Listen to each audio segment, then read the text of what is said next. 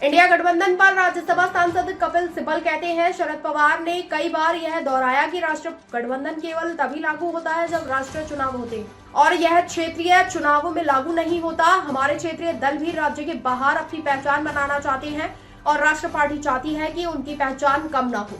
इसलिए यह चर्चा सभी इंडिया गठबंधन भागीदारों की सहमति से आगे बढ़नी चाहिए।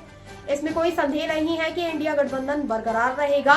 जो हमारे क्षेत्रीय दलों के नेतृत्व को संभालते हैं वे बहुत समझदार लोग हैं और वे जानते हैं कि हम किन चुनौतियों का सामना कर रहे हैं। देखिए, पहली बात तो ये है कि तारिक अनवर साहब मेरे उनके साथ बड़े अच्छे संबंध हैं और ये सवाल उन्होंने जो उठाया है ये गलत भी नहीं है, लेकिन ये सवाल जब केजरीवाल जी अपने कई चुनावों में अपने लोग खड़े कर रहे थे, जो गोवा हो, गुजरात हो, हरियाणा हो, कर्नाटका हो, तो उस समय तो तारिक भाई ने कुछ नहीं कहा।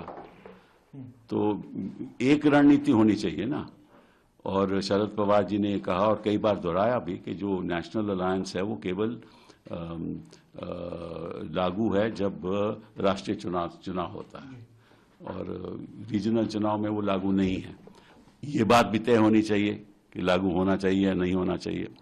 होता यह है कि जो हमारी जो रीजनल पार्टीज हैं वो भी चाहती हैं कि प्रदेश के बाहर भी उनका कुछ फुटप्रिंट होना चाहिए और नेशनल पार्टी चाहती है कि जो हमारा फुटप्रिंट है उसमें कमी नहीं होनी चाहिए। तो ये चर्चा के बाद सहमति के साथ आगे बढ़ना चाहिए इंडिया अलायंस को।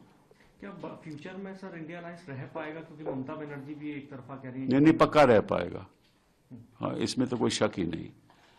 और मैं समझता हूँ कि ये बड़े समझदार लोग हैं हमारे रीजनल पार्टीज के जो नेतृत्व संभालते हैं, बड़े समझदार लोग हैं और इनको मालूम है कि चुनौती हमारे सामने क्या है और इस बार भी हम चूक गए, अपनी गलतियों से चूक गए।